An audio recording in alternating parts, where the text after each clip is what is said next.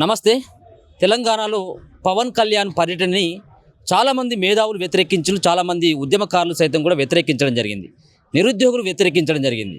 So Pawan Kalyan ఎందుకోసం తెలంగాణకు రాబోతా ఉన్నాడు? పవన్ కళ్యాణ్ ఉద్యమకారులు అవమానించిండు, తెలంగాణ ప్రాంతాన్ని అవమానించినటువంటి పవన్ కళ్యాణ్కి ఈ గడ్డపైన అడుగుపెట్టేటువంటి అవకాశం ఉండకూడదని చెప్పేసి చాలామంది విభేదించినటువంటి సందర్భంలో నిరుద్యోగి ఆస్మా ఒక అడుగు ముంగటేసి ముఖ్యంగా పవన్ కళ్యాణ్కు సంబంధించినటువంటి వ్యవహారంలో కొంచెం దూకుడు అయినటువంటి ప్రదర్శన ఇవ్వడం జరిగింది. దాంట్లో భాగంగానే తెలంగాణను అవమానించినటువంటి వ్యక్తికి ఇక్కడ అవకాశం ఉండకూడదని చెప్పేసి కరాఖండిగా చెప్పినటువంటి ఆస్మాని టార్గెట్గా చేస్తూ కొంతమంది జననాయకులు అంటే జనసేన నాయకులంతా కూడా టార్గెట్ చేస్తూ ఉస్మానియా యూనివర్సిటీలో కానీ మిగతా కొన్ని చోట్లలో ఆమెకు వ్యతిరేకంగా చాలా బూతులతోటి పోస్టర్లు వేసినటువంటి సందర్భం కూడా కనబడతా ఉన్నది. మాట్లాడదాం. ఆ వ్యక్తి ఆస్మ గారు, నిరుద్యోగి, మనతో పాటు ఉన్నారు. మాట్లాడేటువంటి ప్రయత్నం చేద్దాం. నమస్తే. సో ఎందుకు పవన్ కళ్యాణ్ని తమ్ముడు అని చెప్పేసి మాట్లాడడానికి ప్రధానమైనటువంటి కారణం ఏంటిది? అంటే వయసులో మీకంటే ఎట్లయినా పెద్దే, ఎందుకు అట్లాంటి అనాల్సినటువంటి అవసరం వచ్చింది? ఆమె ఎందుకు అంత పెద్ద వ్యక్తిని ఉప ముఖ్యమంత్రిని తమ్ముడు అని చెప్పేసి ఎందుకు అంటుంది అని చెప్పేసి చాలా మంది అడుగుతూ ఉన్నటువంటి ప్రశ్న. దీనికి ఏంటి సమాధానం? నేను ఒకటే చెప్తా దీనికి ఆన్సర్. ఆయన మరి సరే, నేను ఆయన కంటే చిన్నదాన్ని. ఇప్పుడు ఆయన కూడా మోహన్ బాబు గారి కంటే చిన్నోళ్ళే. అయినా సరే ఒక సభలో ఒక సినిమాకి సంబంధించిన ఒక సభలో చాలా మంది ప్రేక్షకులు, వేలాది మంది ప్రేక్షకులు ఉన్నారు, అక్కడ ఆడియన్స్ ఉన్నారు, మీడియా ఉంది. మీడియా సమావేశంలో తమ్ముడు మోహన్ బాబు అని సంబోధించారు. మరి అక్కడ మీ సంస్కారం ఏంది? అక్కడ మీరు ఏ ఉద్దేశంతో అన్నారో ఇక్కడ నేను అదే ఉద్దేశంతో అన్నా. టిట్ ఫర్ టాట్ అంతే. ఇప్పుడు మీరంటే తప్పులేంది, నేనంటే తప్పెట్లయింది? తమ్ముడు అనే సినిమా తీసిరు కాబట్టి నేను కూడా వెటకారంగానే తమ్ముడు అని సంబోధించిన. మీరు ఎప్పుడైనా తెలంగాణకి తమ్ముడే, మీరు పాత్రలోనే ఉండాలి. ఎప్పుడైనా తెలంగాణ అన్న స్థానంలోనే ఉంటుంది. నేను అందుకే అన్న తెలంగాణ ఆంధ్రప్రదేశ్ తమ్ముడు అనే విడిపోయారు కాబట్టి ఆ ఉద్దేశంతో అన్నా. అంటే పవన్ కళ్యాణ్ ఎప్పుడైతే తెలంగాణ పర్యటన ఉండబోతా ఉన్నది, మరొక పక్కన అక్కడ ఉన్నటువంటి ఎవరైతే ప్రొఫెసర్ నాగేశ్వరరావు విషయంలో ఏదైతే తెర మీదకి వచ్చిందో అప్పటి నుంచి కూడా కొంత మీరు అగ్రెసివ్గానే ఉన్నారు. అంటే ఈ ప్రొఫెసర్ నాగేశ్వరరావు విషయంలోనే మీరు హట్ అయిందా, లేకపోతే అంతకంటే ముందు నుంచి మీకు అంటే పవన్ కళ్యాణ్ పడకనా, లేకపోయినటువంటి ఆయన సినిమాలు ఇష్టం లేకనా, ఆయన పరిపాలన ఇష్టం లేకనా, ఎందుకు ఆయన పైన అంత అగ్రెసివ్గా పోవాల్సినటువంటి అవసరం ఎందుకు ఉందండి? ఏం లేదు, మెగా ఫ్యామిలీ అన్నా సినిమాలన్నా కొంచెం ఆ సినిమా ఫీల్డ్లోనే చూస్తే చాలా స్వయం కృషి లాంటి సినిమాలు, ఇప్పుడు ఈయన పవన్ కళ్యాణ్ నటించిన సినిమాలు కూడా మాకు ఇష్టమే. కానీ ఇక్కడ ఏమైందంటే ఇక్కడ ప్రాంతీయవాదం వచ్చేసరికి, అస్తిత్వవాదానికి వచ్చేసరికి మనోభావాలు దెబ్బతిన్నాయి మాకు. ఎందుకంటే తెలంగాణ బిడ్డల మీద దాడులేంది. అంతకుముందు కేవీఆర్ అన్న విషయంలో 3rd డిగ్రీ అప్పుడే ఇంత రచ్చ చేయాల్సింది, మేము తప్పు చేసినామని మాకు ఇప్పుడు అనిపిస్తుంది. తెలంగాణ ఒక బిడ్డ ఆంధ్ర న్యూస్ చదువుతున్నారని చెప్పేసి 3rd డిగ్రీ చేసి తీసుకొచ్చి తెలంగాణలో పాడేశారు కేసులు పెట్టి. అయినా సరే అప్పుడు మా వల్ల ఎట్లనో మాకు వీలైనంత కాపాడుకున్నాం. అంతకుముందు మీడియా పైన దాడి, ఇప్పుడు ఫస్ట్ జరిగిందే మీడియా పైన దాడి, ఆ తర్వాత కేవీఆర్ అన్న పైన దాడి, ఆ తర్వాత నాగేశ్వరరావు గారి పైన దాడి, ఇప్పుడు మా అందరి పైన దాడి జరుగుతుంది. తర్వాత ఇంకెంతమంది పైన చేస్తారో. అసలు నిజంగా తెలంగాణలో మేము మా అస్తిత్వం కోసం కొట్లాడి మా రాష్ట్రాన్ని కాపాడుకోవడం మా బాధ్యత. మా రాష్ట్రం జోలికి వస్తే ఎవరినైనా తాట తీస్తాం కదా, అదే చేస్తున్నాం. ఇప్పుడు మీరు అభిమాన హీరో అని చెప్పేసి మిమ్మల్ని వదిలిపెడితే తర్వాత మా పరిస్థితి ఏంది? మా రాష్ట్రం మా చేతుల్లో ఉండదు. ఇక మీరు చెప్పినట్టు విడిపోయినా రాజధాని మాదైనా అన్ని మేము సపరేట్గా రాష్ట్రం చేసుకున్నా మీ మాట వినాలని మీ మాట వినాలా? మరి ఇక్కడ ప్రభుత్వాన్ని మీకు గెలిపించుకున్నది ఎందుకు? ఎన్నికలు డైరెక్ట్ ఆంధ్రప్రదేశ్లోనే పెట్టండి, తెలంగాణలో సపరేట్గా ఎన్నికలు ఎందుకు? ఫస్ట్ ఆఫ్ ఆల్ ఇక్కడ మాట్లాడాల్సింది ప్రభుత్వాలు. ఎందుకో కానీ ప్రభుత్వాలు, మరి కూటమి ప్రభుత్వంలో ముఖ్యమంత్రి ఆయన లేకపోతే మన కాంగ్రెస్ ముఖ్యమంత్రి అర్థమైతలేదు. ముఖ్యమంత్రి ఇప్పటి వరకు స్పందించలే. హోంశాఖ మంత్రి కూడా ఆయన. మరి 4 తలలున్న 4 పదవులున్న రావణాసురుడు మన రేవంత్ రెడ్డి మళ్ళీ 4 పదవులకి న్యాయం చేయాలి కదా. ఫస్ట్ ఆఫ్ ఆల్ తెలంగాణ బిడ్డల పైన దాడి జరిగినప్పుడు హోంశాఖ మంత్రిగా మమ్మల్ని రక్షించడం నీ రక్షకుడిగా నీ బాధ్యత. కానీ నువ్వు రక్షించలే మమ్మల్ని. ఇక్కడ మేము మమ్మల్ని భక్షిస్తున్నా, నువ్వు రక్షించకుండా నువ్వు సినిమా చూస్తున్నావు. ఏం సినిమాలు చూస్తున్నావు? మరి తమ్ముడు సినిమాలు చూస్తున్నావా?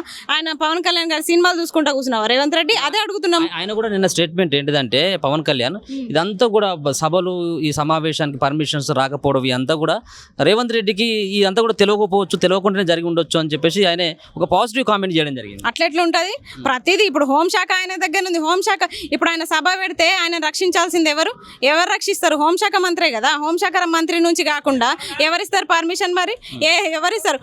మేమైతే అడ్డుకుంటామని చెప్పినాము. మీకు పర్మిషన్ రాకపోవడానికి కారణం మేము వ్యతిరేకించడమే.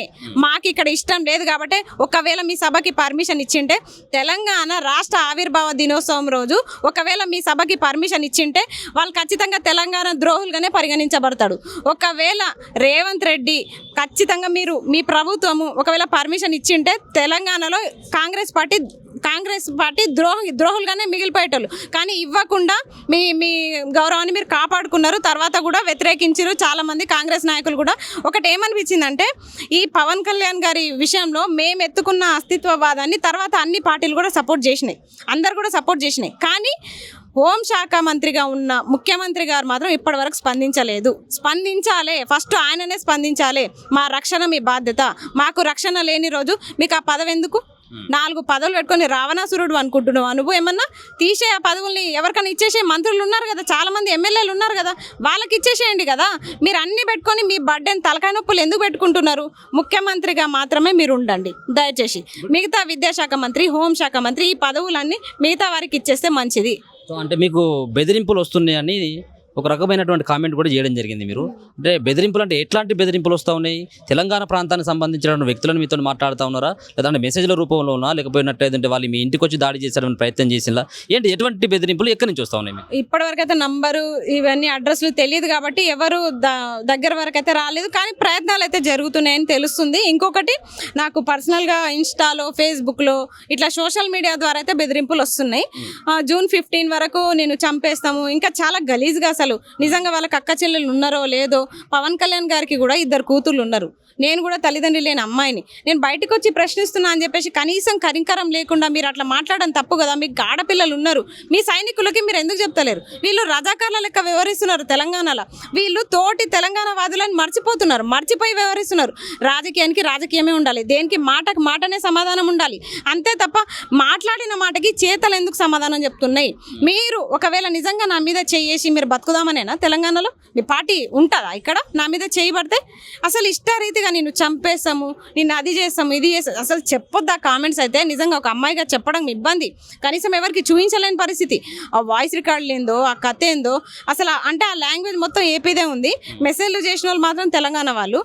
వాయిస్ మెసేజ్లు అయితే పెడతానే ఉన్నారు. ఏపీ వాళ్ళు చాలా పెడుతున్నారు ఆయన ఫ్యాన్స్. అంత ఇట్లాంటి మెసేజ్లు కావచ్చు, ఇట్లాంటి ఓయూలు, ఇట్లాంటి పోస్టర్లు కావచ్చు, గలీజ్గా తిట్టడం కావచ్చు, సో వాయిస్ మెసేజ్లు కూడా ఇవంతా కూడా మీకు పర్సనల్గా పెట్టడం ఎంత చూస్తే ఎంత నాకు ఎందుకు అవసరమా అన్నటువంటి తిరిగి ఎప్పుడైనా అట్లాంటి ఏమైనా ఆలోచన వచ్చిందా? లేకపోతే ఇంకా ఒక శివంగిలాగా ఖచ్చితంగా మనం ముందుకు వెళ్ళాల్సిందని చెప్పేసి నాకు అస్సలు అట్లా అనిపించలేదు. నాకు కొత్త జోష్ ఉంది ఇప్పుడు. నిజం చెప్పాలంటే తెలంగాణ ఉద్యమంలో నేను పార్టిసిపేట్ చేయలే, కానీ అస్తిత్వ ఉద్యమంలో మాత్రం నాకు పార్టిసిపేట్ చేయాలని ఉంది.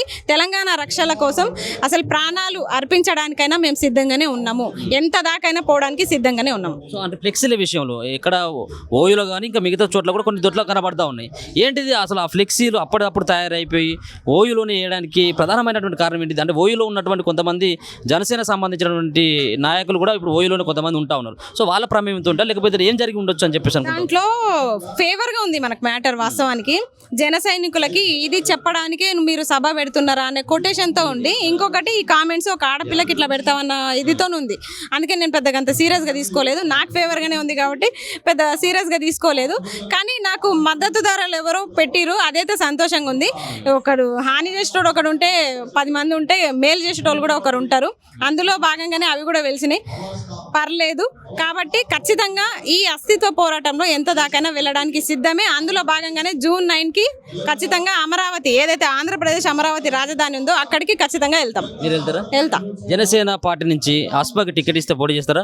అబ్బో అస్సలే చేయ. ఎందుకంటే తెలంగాణ రాష్ట్రంలో చాలా పార్టీలు ఉన్నాయి. తెలంగాణలో పుట్టిన పార్టీలని మేము స్వీకరిస్తాం, కానీ ఇంత తిట్టి మళ్ళీ అదే ఇంటికి పోవాలంటే చాలా కష్టం. అంటే ఇప్పుడున్నటువంటి పేరు కంటే సో పవన్ కళ్యాణ్ ఇష్యూ వచ్చిన కాడి నుంచి ఆస్మా అంటే అసలు పవన్ కళ్యాణ్ అభిమానులు కావచ్చు, జనసేన నాయకులకి, జనసేన పార్టీలో ఆస్మా అంటే తెలియనటువంటి వాళ్ళు ఎవరు లేరు. ఒకవేళ అటువంటి ఆఫర్ వస్తే వాళ్ళే పొడిచి చంపేస్తారు ఫస్ట్ నన్ను. ఎందుకంటే ఇప్పుడు బయట ఉన్నా నేను, మీరే నన్ను పొడవండి అని నేనే పోయినట్టు. అప్పుడు ఇప్పుడు బయట నుంచి వచ్చి పొడుస్తారు, అప్పుడు తీసుకుపోయి వాళ్ళ ఆఫీస్లో అట్లనే ఓడిస్తారు, అట్లా ఉంది కదా.